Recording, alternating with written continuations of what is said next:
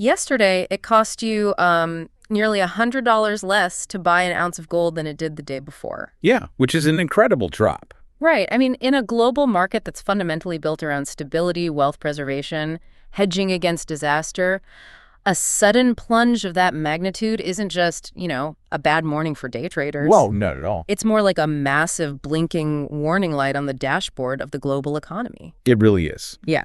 And when you pair that $100 drop with silver taking a nearly 5% hit in the exact same window, we are looking at a profound structural recalibration. Yeah. It's all about how institutional money is assessing risk globally right now. Welcome to today's deep dive. If you've been monitoring your own financial strategies or, you're simply tracking these massive global market waves to understand where the economy is headed, something fundamental is shifting. Absolutely. We have a thick stack of June 24th global precious metals market analysis reports on the table today, and our goal is to unpack the specific mechanics behind this plunge. Right, because we need to look at the macroeconomic gravity that's pulling these prices down. Exactly. We want to understand what the Federal Reserve is actively looking at and break down what the analysts are recommending for anyone trying to navigate this incredibly volatile environment. Because the scale of this move, it really requires us to look past the surface level price action. Yeah, the daily noise. Exactly. Movements like this are signals. They tell us how the largest capital pools in the world are repositioning themselves in real time. So let's start by assessing the immediate damage on the ground. Let's map out where the critical stress points are. Currently, gold is wrestling intensely right around the $4,100 an ounce mark. Which is a key battleground. Right. And meanwhile, silver took a massive hit of over $5.70 an ounce. That drags it down to the $61 to $61.50 range. And that specific silver action, that's what analysts across these reports are watching most closely right now. Oh, really? Why is that? Well, in this sector, silver frequently acts as the canary in the coal mine. It's the leading indicator for broader market sentiment. Because silver has a dual identity, right? It acts as a precious monetary metal, but it's also a heavy industrial component. Exactly. So when silver drops significantly faster than gold, are we seeing investors not just shedding their safe haven assets, but also, actively betting against future industrial growth? That dual identity is the key to understanding the severity of this drop. So the support level for silver is currently sitting down at $60.50. Okay. With overhead resistance capping it at $62.50. The aggressive speed at which it broke down toward that fundamental support level, it signals a pervasive defensive sentiment across the board. Meaning everyone is just pulling back. Right. It tells us that institutions are actively de-risking their portfolios. They aren't waiting around to see what happens. They're pulling capital out. Bringing it back to gold for a second, I want to look closely at this $4,100 line. Yeah, the tug of war. Exactly. It's like a high-stakes game of tug of war happening right at the edge of a cliff. In reading through these June 24th reports, this doesn't look like just a psychological round number. No, not at all. It appears to be a major structural floor. If the market slices through that level, do the algorithmic trading systems just, take over and drive it significantly lower, like a trapdoor? Basically, yeah. The reports highlight 4,100 as a critical, technical, and psychological baseline. We have short-term resistance capping any upward momentum between 4,130 and 4,160. So every time it tries to bounce back up. Sellers step right in at that level to push it back down. Consequently, that floor between 4,050 and 4,100 is bearing an immense amount of weight right now. I'm just picturing institutional buy orders stacked up at that level, desperately trying to hold the line. And if that defense breaks, the resulting slide won't be slow. The reports warn that algorithmic stop losses set by major funds could rapidly cascade. Pushing the price down to $4,000 an ounce or potentially even lower. Right, because the downward velocity accelerates when the selling becomes automated. But that kind of cascading automated sell-off requires a massive external force. Capital doesn't just flee from the ultimate safe haven asset simultaneously by mere coincidence. No, there's always a catalyst. And the analysis points directly to the United States dollar and the bond market as the prime suspects driving this exodus. To comprehend a shift this violent, you really must follow the capital. The U.S. dollar index, the DXY, is currently roaring at 101.4. Wow. Yeah, which marks a one-year high. And for anyone tracking the mechanics of the DXY, that index measures the strength of the US dollar against a specific basket of top foreign currencies. Exactly. So when it hits 101.4, it indicates the dollar is absolutely dominating globally. Right. And that makes gold, which is priced in dollars, significantly more expensive and less attractive for foreign buyers to purchase. It creates a massive headwind for international demand. But the true engine behind that surging dollar and the primary catalyst for the gold sell-off is found in the underlying U.S. Treasury yields. This is the big one. The 2-year Treasury yield is sitting over 5%, and the 10-year yield is nearing 4.5%. Yeah, it's wild. And this brings us to a fascinating behavioral shift in the global markets. Historically, human beings have placed their ultimate financial faith in the physical scarcity of gold. Right, for thousands of years. Exactly. Yet we are currently watching a massive real-time transfer of that faith. Investors are abandoning the tangible safety of a physical metal for the mere promise of a heavily indebted government. All because of that 5% yield. Let's unpack this opportunity cost, because it's wild when you think about it. It's like choosing between a savings account that pays you a guaranteed 5% just for breathing Yeah. versus buying a heavy, shiny rock that just sits there and you actually have to pay someone to keep it in a safe. That perfectly illustrates the brutal mechanics of opportunity cost. Institutional money managers, they operate without sentimentality. Capital migrates exclusively to wherever it is treated best. Makes sense. So when you are managing billions of dollars, holding a non-yielding physical asset like gold becomes a literal liability in an environment where risk-free government bonds are offering guaranteed 5% returns. Because the portfolio is actively losing out on that guaranteed compounding cash flow. Exactly. Furthermore, physical gold carries substantial storage and insurance costs. You pay a premium simply to hold it in a vault, whereas the treasury bond pays you consistently. Which systematically drains liquidity out of the precious metals market. The higher those treasury yields climb, the heavier holding gold feels to a global portfolio manager. Yeah, it just weighs down the portfolio. Right. The invisible hand pushing the price down today is a massive reallocation of global capital. And is driven entirely by the institutional bet that interest rates are going to remain highly elevated for the foreseeable future. And the timing of this aggressive reallocation is critical to understand, because these soaring yields aren't just happening in a vacuum, they're reacting to a very specific macroeconomic calendar. Oh, absolutely. The entire global market is currently paralyzed, basically waiting for the latest core PCE data from the United States, along with incoming PMI figures and a barrage of upcoming speeches from Federal Reserve officials. The core PCE, the Personal Consumption Expenditures Index, is the absolute center of gravity here. Because it's the Fed's favorite, right? Yeah, it's the specific inflation gauge that they watch most closely, particularly because the core metric strips out volatile food and energy prices to reveal the underlying sticky inflation in the economy. Every major trading algorithm is tuned to react to this specific print. And they are pairing that data with the PMI, the Purchasing Managers Index, which tracks whether supply chain managers are actively buying raw materials to expand manufacturing. If the PMI indicates economic expansion, while the PCE shows inflation remaining stubbornly high, it forces the Federal Reserve into a corner. They have no choice but to keep rates locked at these elevated levels. Which creates a highly restrictive financial environment. In that scenario, any temporary upward movements in gold are going to struggle immensely to gain traction. But, domestic U.S. economic data is only half of the equation driving this sell-off. Right. There's the rest of the world. The geopolitical landscape, which traditionally provides a massive structural floor for gold prices, is actively cooling down right now. Global instability is usually the ultimate buy signal for gold. The fear premium gets heavily baked into the price per ounce. Right. Yet these June 24th reports show that safe haven demand is evaporating quickly because tensions in the Middle East have receded, specifically due to the United States granting a 60-day waiver on some Iranian sanctions. And the ripple effects of that 60-day waiver are being felt across multiple asset classes. It immediately de-escalated the perceived threat to global shipping routes and energy supplies. which is huge for the inflation outlook. Exactly. You can see this immediate unwinding of fear reflected directly in the energy benchmarks. Yeah, WTI crude dropped down to 73.57 a barrel, and Brent crude eased down to 77.34 a barrel. Right. When those primary energy benchmarks slide, the immediate market panic over future supply chain-driven inflation cools off rapidly.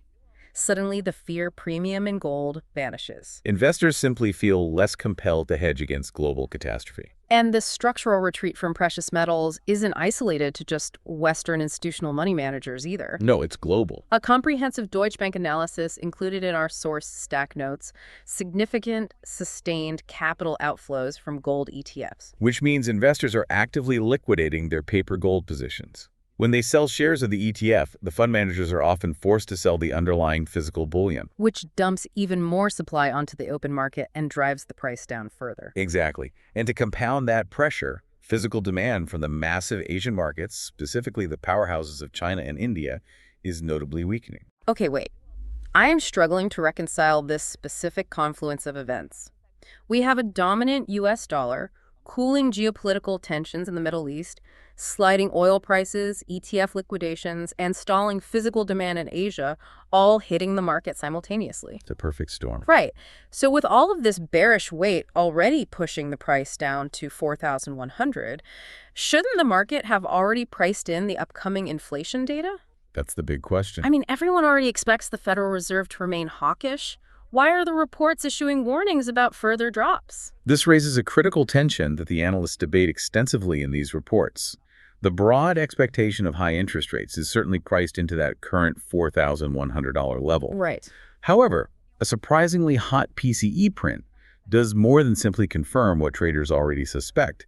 It materially extends the timeline. Oh, I see. It signals to the market that the anticipated interest rate cut they were banking on for the fourth quarter might be entirely off the table. Exactly. It provides the Federal Reserve with undeniable concrete justification to maintain their restrictive monetary stance indefinitely. So the high rates just keep grinding on. Right. Therefore, any immediate relief rallies for gold, those technical bounces where the price ticks up slightly as selling exhaustion sets in, they're built on incredibly fragile sentiment. Sand, not concrete. Exactly. Without a fundamental pivot in the Fed's long-term trajectory, the heavy gravity of those 5% yields will continue exerting relentless downward pressure. So if the gravity of high yields is locked in for the foreseeable future, we need to examine the longer horizon. With this sheer avalanche of bearish data, anyone currently holding precious metals is likely questioning if this is merely a temporary cyclical pullback or if we are witnessing a permanent structural shift away from gold. And that's a very fair question. The consensus across the analysis requires us to clearly separate the immediate tactical environment from the overarching macroeconomic architecture. Okay. In the short term, the pressure is undeniably severe. The dominant trend is weak. Analysts are explicitly cautioning that any upward momentum you see on the charts right now is likely just a technical correction, not a genuine fundamental trend reversal. So tactically, we are operating in a highly defensive, hostile environment. Short term, we're stuck in a rainstorm. Right. But structurally, the climate hasn't fundamentally changed. The broader bullish cycle for precious metals hasn't actually been dismantled by a few days of selling. The macro architecture remains entirely intact. Financial markets are notoriously myopic, Oh, totally. They suffer from severe recency bias, trading entirely on the latest daily data point. Today, that focus is intensely locked on the DXY and incoming Fed commentary. But the massive underlying structural forces that historically drive capital into gold. Like historic levels of expanding sovereign debt, ongoing fiat currency debasement, and deep, unresolved global fault lines. Those haven't been solved. I mean, a 60-day waiver on Iranian sanctions is a temporary pause button. It is not a lasting peace treaty. Exactly. The underlying geopolitical friction hasn't vanished. It is simply taking a breather. Furthermore, the possibility of central bank policy shifts toward the end of the year remains a very distinct catalyst. So eventually, the market's hyper-focus will inevitably shift away from daily inflation prints and rotate back toward those larger systemic realities. Which historically pulls capital back into hard assets. But navigating the dangerous gap between the short-term hostility and the long-term structural potential requires a highly specific, disciplined approach. It does. If an investor is looking at their portfolio in light of this June 24th data, the reports are very direct about what actions to avoid. Let's talk about the falling knife. Yeah, the primary warning across all the analysis is to avoid treating this current sideways consolidation around 4,100 as a definitive, confirmed market bottom. The analysts strongly emphasize not chasing the short-term relief rallies. Just because the price ticks up on a Tuesday morning after a brutal sell-off does not mean the broader correction has exhausted itself. The overarching recommendation for this environment is to remain defensive.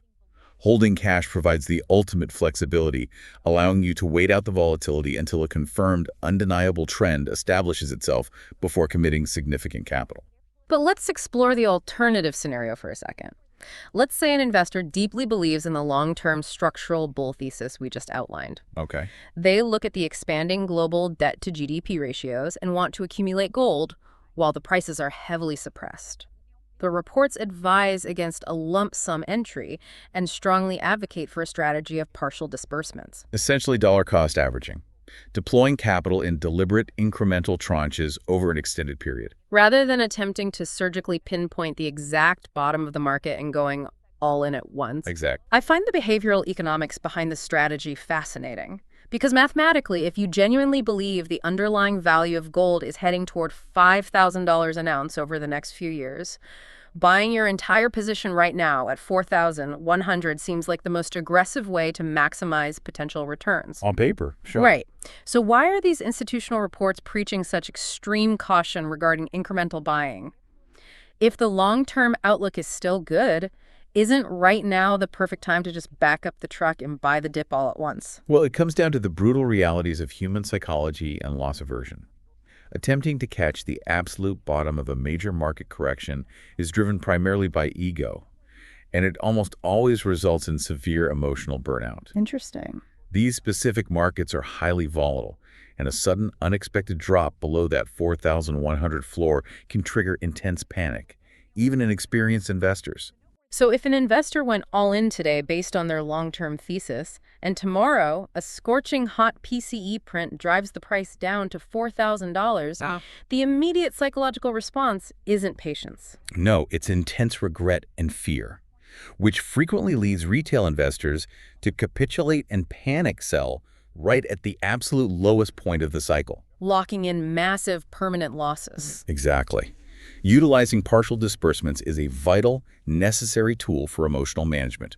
If you deploy only 20% of your allocated capital at today's price and the market drops another $100 tomorrow, you actually feel a sense of relief or even opportunity because you still have 80% of your cash sitting on the sidelines ready to be deployed at that new, much cheaper valuation. it completely rewires your internal psychological response to market volatility. It allows you to remain rational, disciplined, and opportunistic in a market that is currently being driven by irrational algorithms and short-term panic selling. That makes total sense. That is the core reason the analysts stress incremental accumulation.